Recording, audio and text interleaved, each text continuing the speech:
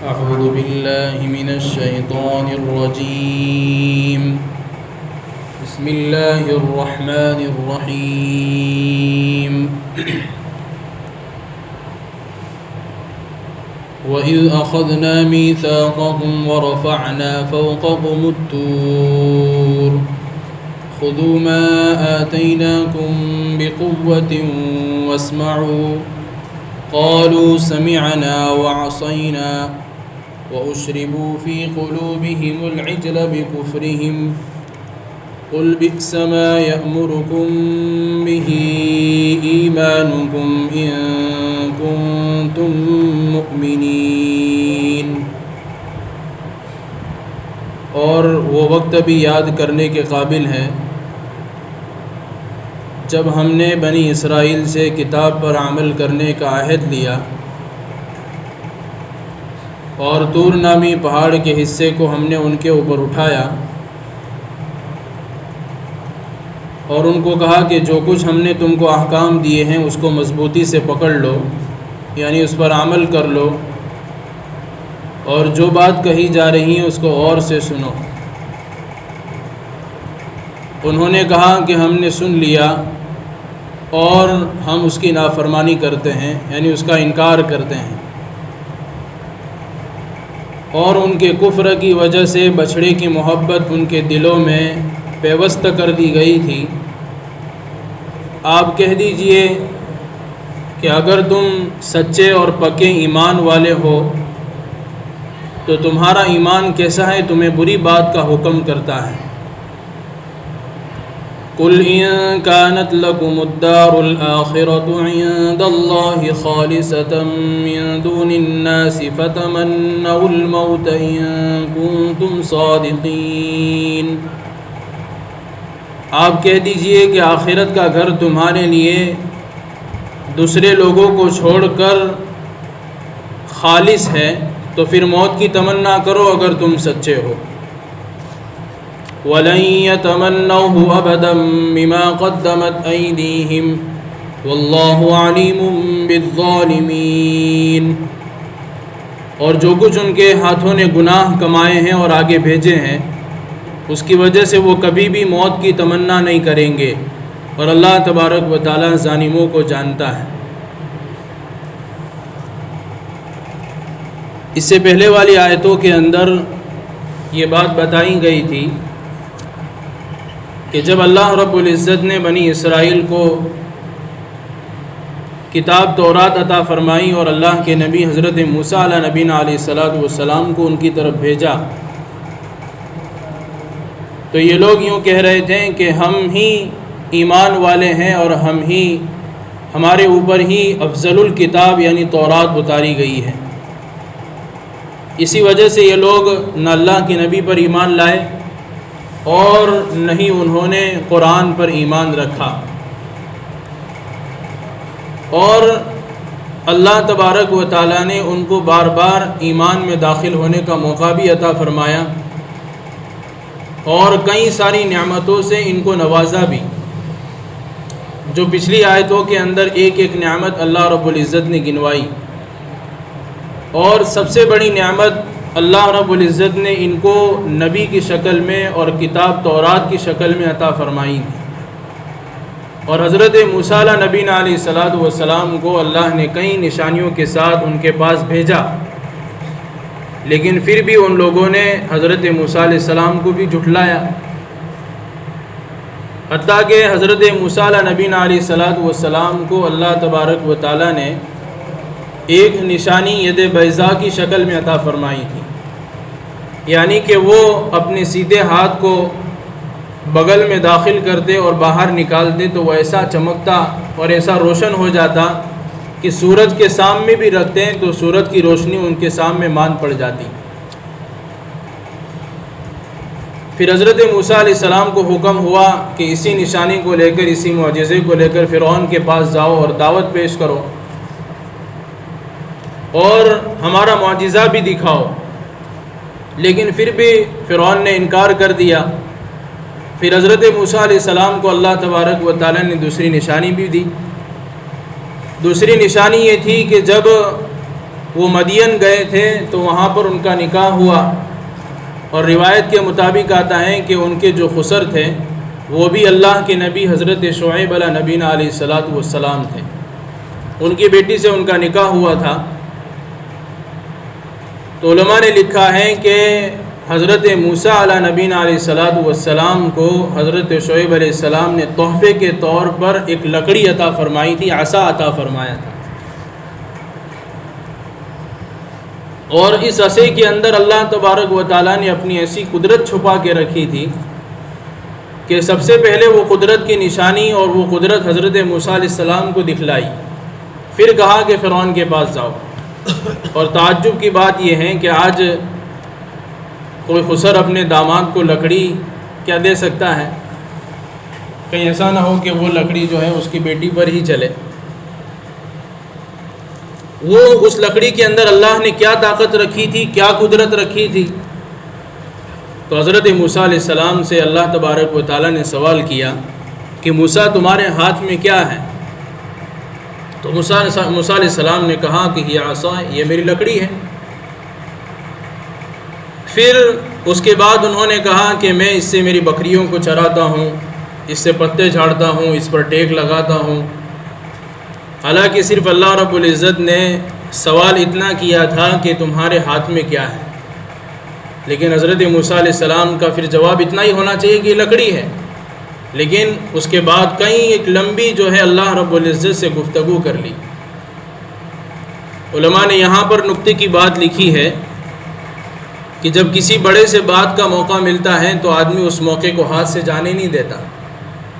اور بڑوں کے اندر بھی اللہ رب العزت کی ذات ہو تو پھر کون شخص جو ہے ایسے موقع کو چھوڑ دے گا؟ تو حضرت موسیٰ علیہ السلام کو یہ موقع اچھا ملا تھا کہ اس سے بہتر موقع مل نہیں سکتا ہے، تو انہوں نے اللہ رب العزت سے ایک لمبی گفتگو کر لی۔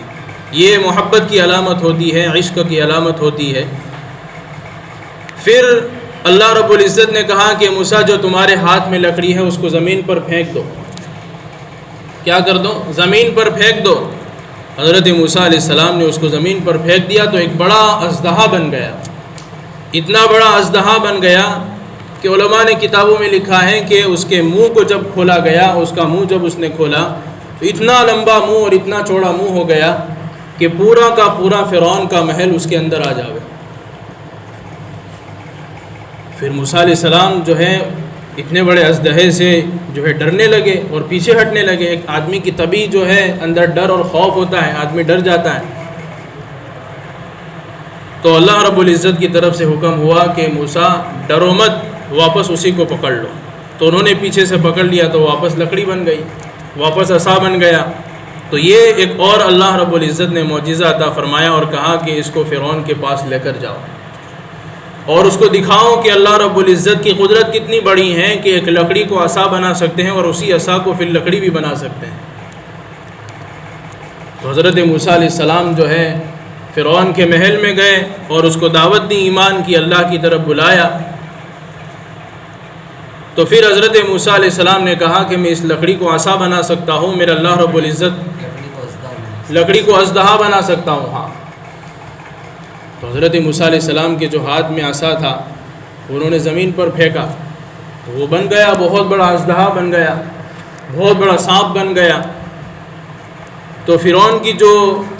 ربوبیت کا جو اس نے دعویٰ کیا تھا وہ اس کی ربوبیت وہاں پر ختم ہو گئی۔ ہمارے استاد نے کہا کہ کتابوں میں علماء نے لکھا ہے کہ وہ اژدہا جیسے ہی زمین پر گرا، لکڑی جیسے ہی زمین پر گری اور بن گیا بڑا اژدہا، تو اس نے اپنا منہ پورا کھول دیا۔ فرعون اپنے تخت پر سے نیچے اتر کر اپنے تخت کے نیچے چلا گیا اور کہنے لگا کہ موسیٰ بچاؤ، موسیٰ بچاؤ۔ فوراً حضرت موسیٰ علیہ السلام نے اس جو ہے اژدہے کو پکڑ لیا، پھر لکڑی بن گئی۔ لیکن پھر بھی جو ہے فرعون نے حضرت موسیٰ علیہ السلام کی بات نہیں مانی۔ کہنے کا مطلب یہ ہے کہ حضرت موسیٰ علیہ السلام کو اللہ رب العزت نے کئی نشانیوں کے ساتھ بنی اسرائیل کی طرف بھیجا، لیکن پھر بھی انہوں نے انکار کرتے رہے۔ تو اس انکار کی وجہ سے ان کا دل جو ہے کفر سے آلودہ ہو چکا تھا کہ بار بار انکار کرنا، بار بار موسیٰ علیہ السلام کی بات کو نہ ماننا۔ تو اللہ رب العزت نے ان کو سبق سکھلانے کے لیے طور نامی پہاڑ کو ان کے اوپر اٹھایا کہ اس بات کا عہد کر لو کہ جو کچھ ہم نے تم کو دیا ہے احکام کے طور پر، تورات کے طور پر، اس کو تم مانو گے اور مضبوطی کے ساتھ اس پر عمل کرو گے، اور جو بات کہی جا رہی ہے اس کو غور سے سنو گے۔ تو انہوں نے کہہ تو دیا کہ ہم نے مان لیا، زبان سے ہاں کہا لیکن دل میں نہ تھا۔ حضرت مفتی سعید احمد صاحب پالنپوری رحمۃ اللہ علیہ نے اپنی تفسیر کی کتاب میں لکھا ہے کہ زبان سے ہاں تھا لیکن دل میں نہ تھا، یعنی ان کا جو اقرار تھا وہ منافقانہ اقرار تھا کہ اقرار تو کیا لیکن کیسا اقرار کیا؟ زبانی اقرار تھا، دل سے اقرار نہیں کیا۔ اگر دل سے اقرار کرتے اور سچے اور پکے ایمان ہونے کا اور مضبوطی سے عمل کرنے کا اقرار کرتے تو آگے اللہ رب العزت فرماتے ہیں کہ انہی کے کفر کی وجہ سے ان کی بچھڑے کی محبت ان کے دلوں میں گھر کر کے پلا دی گئی۔ پھر اللہ رب العزت واپس اسی بات کو دہراتے جو پچھلی مرتبہ آیتوں کے اندر آئی، وہ کہتے ہیں کہ ہم ہی ایمان والے ہیں، ہم ہی تورات پر عمل کرنے والے ہیں، اور ہم ہی جو ہے نبی کے اوپر ایمان لانے والے ہیں۔ تو اللہ فرماتے ہیں کہ اگر تم سچے پکے ایمان والے ہو تو تمہارا ایمان کیسا ہے؟ تمہیں بری بات کا حکم دیتا ہے۔ ایمان کا مطلب یہ ہے کہ وہ توحید پرست ہونا چاہیے، وہ ایک اللہ کی عبادت کرنے والا ہونا چاہیے، ایک اللہ کو ماننے والا ہونا چاہیے۔ تمہارا ایمان تم کو بچھڑے کی عبادت کا حکم دیتا ہے تو تمہارا ایمان تو برا ہوا، تمہارا ایمان تو کیسا ہوا؟ برا ہوا۔ تو تم جو ہے سچے پکے ایمان والے نہیں ہو، یعنی اس کا مطلب یہ ہے کہ بچھڑے کی محبت کی علامت یہ ہے کہ تمہارا ایمان نہیں ہے۔ اگر ایمان ہوتا، یعنی یہ کتنی ایک بری چیز ہے، اور اللہ تبارک و تعالی نے اس کو سما کے لفظ سے ارشاد فرمایا کہ اللہ کو چھوڑ کر کسی اور کی عبادت کرنا اور اپنے سر کو کسی اور کے سامنے جھکانا، یہ ایک بہت بری چیز ہے، بہت ہی بری چیز ہے۔ ایک ایسی چیز کے سامنے جو نفع کے مالک بھی نہیں، نقصان کے مالک بھی نہیں۔ اور یہ دعوت حضرت آدم علیہ السلام سے چلی ہے کہ ایک اللہ کی عبادت کرو، اس کے علاوہ کسی اور کی عبادت نہ کرو۔ پھر آگے اللہ رب العزت نے ان کے ایک عقیدے کی تردید کی، اور اس کو مختلف جگہ پر قرآن میں بیان کیا ہے۔ بنی اسرائیل اور یعنی کہ یہود جو تھے وہ آج بھی اپنے دماغ میں، اپنے ذہن میں یہ خیال کرتے ہیں کہ ہم ہی ہیں جنت کے ٹھیکیدار، اور ہم ہی ہیں جو سب کچھ ہے، اور اسی کی وجہ سے وہ لوگ یہ چاہتے ہیں کہ دنیا ہماری ہو جائے اور ہم آخرت کے اوپر بھی قبضہ جما لیں۔ آج دیکھیں جہاں کہیں بھی یہودی ہیں وہ وہاں پر یہی چاہتے ہیں کہ سارے لوگوں کو ختم کر دیا جائے اور دنیا ہمارے ہاتھ میں آ جائے اور ہم دنیا کے اوپر حکومت کرنے والے بن جاؤ۔ تو اللہ رب العزت آگے ان کے ایک خیال کا ذکر کرتا ہے، ان کے ایک عقیدے کا ذکر کرتا ہے، اور دوسری جگہ بھی بیان فرمایا وَقَالُوا لَن تَمَسَّنَا النَّارُ إِلَّا أَيَّامًا مَّعْدُودَةً، کہ اللہ تبارک و تعالی ہمیں جنت میں داخل کرے گا، اگر جہنم میں چلے بھی گئے تو چند دنوں کے بعد واپس جنت میں چلے جائیں گے۔ دوسری جگہ پر قرآن مجید میں ان کا قول نقل کیا کہ وہ یوں کہتے ہیں کہ ہم ضرور بھی ضرور جنت میں داخل ہوں گے، اور یہودی بھی آئیں گے اور کچھ نصارہ بھی آئیں گے، اس کے علاوہ جتنے بھی لوگ ہیں وہ جہنم میں جائیں گے، ہم جنت میں جائیں گے۔ یعنی ان لوگوں نے جنت کو، آخرت کو اپنے لیے ریزرو کر لیا تھا، جیسے ٹکٹ جو ہے ریزرو ہو جاتی ہے، آدمی کی سیٹ پکی ہو جاتی کہ مجھے یہیں بیٹھنا ہے۔ تو گویا انہوں نے اپنے لیے دنیا میں یہ خیال کر لیا تھا کہ ہمارے اندر تو بہت سارے نبی آئے ہیں، بہت سارے انبیاء آئے ہیں، ہمارے اوپر کتاب اتاری گئی ہے، تو اسی وجہ سے یہ لوگ یہ سمجھتے ہیں کہ ہم آخرت کے ٹھیکیدار ہیں، ہم جنت میں جائیں گے کیونکہ ہم ہی پکے ایمان والے ہیں۔ تو اللہ رب العزت جو ہے ان کو کوئی مثال نہیں دے رہے، ان کے سامنے کوئی دلیل پیش نہیں کی جا رہی ہے، بس خالی ایک بات پیش کی جا رہی ہے کہ اگر تم یہ چاہتے ہو اور تمہارا یہ خیال ہے کہ تم جنت کے ٹھیکیدار ہو اور تم یہ سمجھتے ہو کہ تم ہی جنت میں جاؤ گے، اور حضرت مفتی سعید احمد صاحب پالنپوری رحمۃ اللہ علیہ نے یوں لکھا ہے کہ اگر جنت تمہارے باپ کی ہے تو فتمنوا الموت، موت کی تمنا کرو، پھر اس سے اچھا تو یہ ہے کہ دنیا کو چھوڑ کے وہاں چلے جانا، تو دنیا کی جھنجھٹ میں رہنے سے بہتر یہ ہے کہ تمہارا اصل جو گھر ہے وہاں پر اس کی تمنا کرو، موت کی تمنا کرو تو ڈائریکٹ جو ہے پل صراط کے راستے سے تم کو جنت میں داخل کر دیا جائے گا۔ تو آگے اللہ فرماتے ان کنتم صادقین، اگر تم سچے ہو اپنے دعوے میں تو کرو موت کی تمنا۔ مفتی سعید صاحب پالنپوری رحمۃ اللہ علیہ نے ایک بات یہاں پر لکھی ہے کہ وہ حضرت فرماتے ہیں کہ میں غالباً کینیڈا کے اندر وہ رمضان کے مہینے میں وہاں پر جاتے تھے اور پورا رمضان وہاں پر گزارتے تھے. تو مسجد قباء کے نام سے جو مسجد تھی اس میں آس پاس میں اکثر زیادہ تر یہودی رہتے تھے. تو حضرت فرماتے ہیں کہ میرے ساتھ میں آنے والے اور ملنے جلنے والے مسجد میں جو مسلمان ہوتے تھے ان کا بھی ان سے تعلق تھا. تو وہ وہاں کے ساتھی بتا رہے تھے کہ یہاں پر جتنے بھی یہودی رہتے ہیں وہ موت کی تمنا تو بہت دور کی بات، ان کے سامنے موت کا تذکرہ بھی کرنا ان کے لیے بہت برا معلوم ہوتا.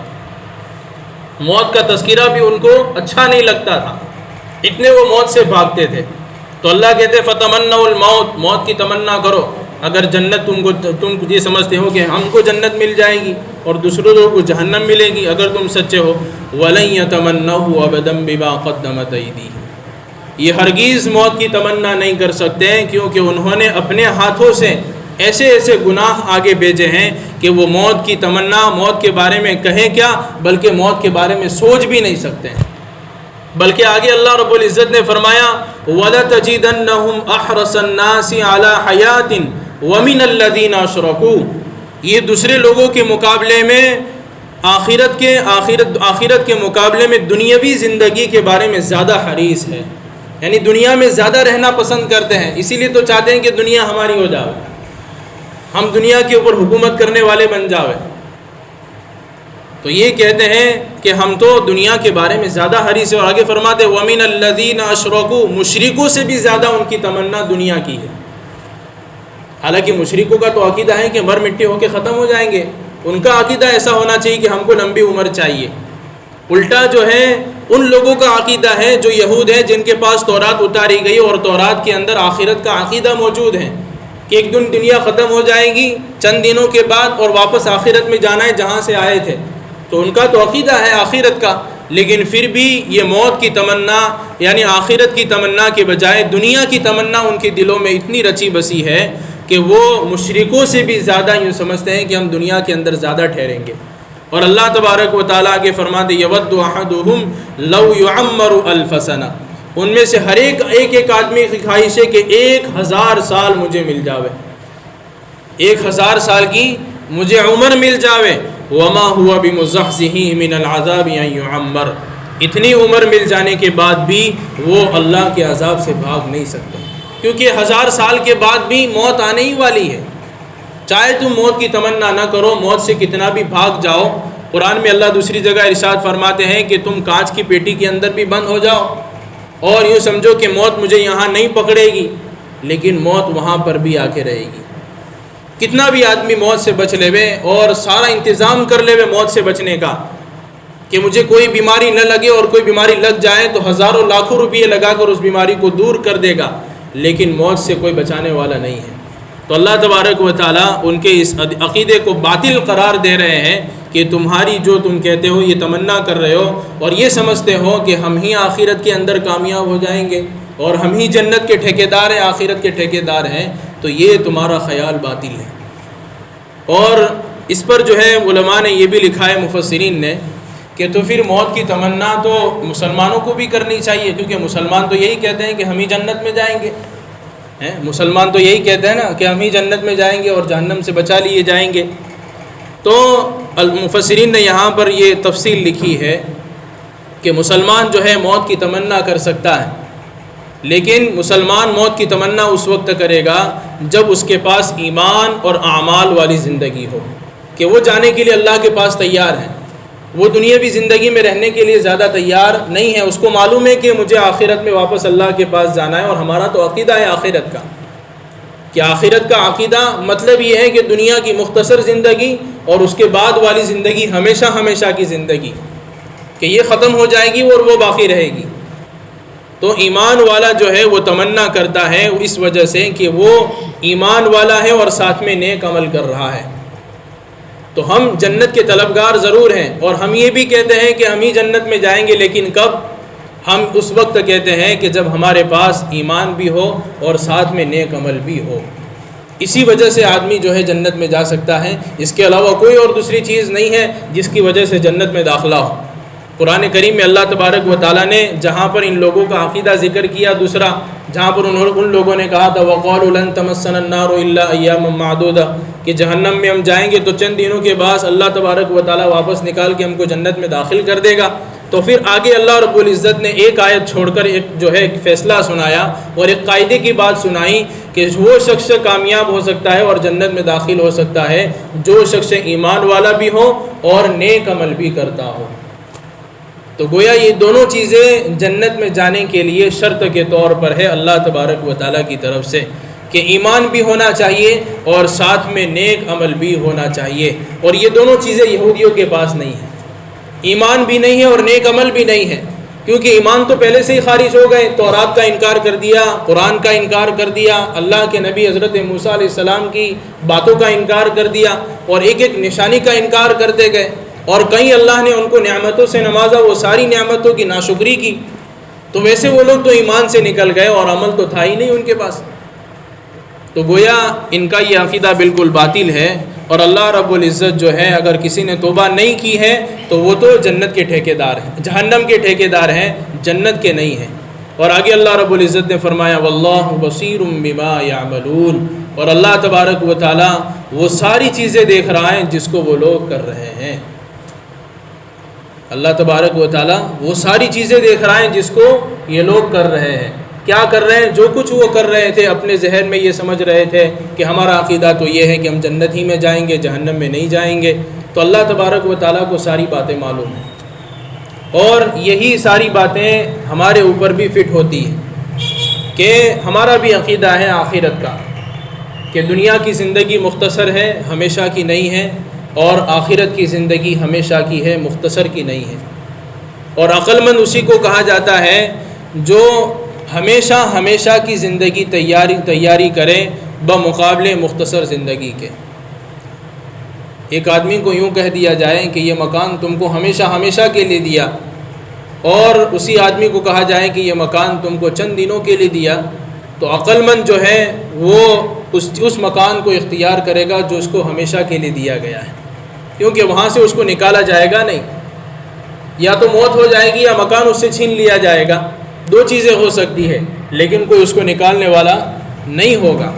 ہاں عارضی طور پر جو مکان اس کو دیا گیا ہے وہ ایک نہ ایک دن وہاں سے نکال دیا جائے گا کہ آپ کا وقت پورا ہو گیا، آپ یہاں سے جا سکتے ہو۔ تو عقل مند اسی کو کہا گیا کہ جو ہمیشہ اپنے سامنے آخرت کی فکروں کو رکھیں اور اپنے سامنے آخرت کو رکھیں اور دنیا کے اندر اپنی زندگی گزارتے ہوئے آخرت کی فکر کے ساتھ زندگی گزاریں، اور اسی شخص کو اللہ رب العزت نے کامیاب بتایا ہے۔ قرآن کریم میں اللہ نے آخرت کا تذکرہ کئی مرتبہ کیا ہے، ایک مرتبہ نہیں، کئی مرتبہ آخرت کا تذکرہ کیا ہے، اور بدل کر کیا ہے۔ کبھی اللہ تبارک و تعالیٰ قیامت کا تذکرہ کرتے ہیں، ایک دن قیامت قائم ہو جائے گی، اور ہر ایک انسان کی موت ایک قیامت ہی ہے۔ موت آ گئی تو اس کا مطلب یہ ہے کہ دنیا کی ساری لذتیں اور دنیا کی ساری راحتیں اس سے چھوٹ گئیں، اب وہ آخرت کے سفر پر چلا گیا، اور دنیا تو سفر کی جگہ ہی ہے، دنیا سفر کی جگہ ہے اور ہماری منزل آخرت ہے۔ اسی لیے ہم ایمان والے اور ہمارا عقیدہ یہ ہونا چاہیے، ہمارا ماننا یہ ہونا چاہیے کہ ہم اپنے سامنے ہمیشہ آخرت کو رکھیں، چاہے ہم اپنے کاروبار میں ہو، چاہے ہم اپنے گھر پر ہو، چاہے ہم اپنے اکیلے زندگی گزارتے ہوں، گھر والوں کے ساتھ زندگی گزارتے ہو، سفر میں ہو، حضر میں ہو، کہیں پر بھی ہم ہو، ہمارے سامنے ہمیشہ آخرت ہونی چاہیے، اور جس کے سامنے آخرت رہتی ہے اس کے لیے نیک عمل کرنا آسان ہے، اپنے ایمان کو بچانا آسان ہے، اور جس کے سامنے آخرت نہیں رہی اور آخرت کا کوئی ذہن اور کوئی تصور نہیں رہا تو اس کے لیے نیک عمل بھی مشکل ہے، اپنے ایمان کو بچانا بھی مشکل ہے۔ اللہ رب العزت ہمیں اس عقیدے کے اندر مضبوطی عطا فرمائے اور نیک عمل کی توفیق عطا فرمائے، اور مرنے سے پہلے موت کی تیاری کی توفیق عطا فرمائے۔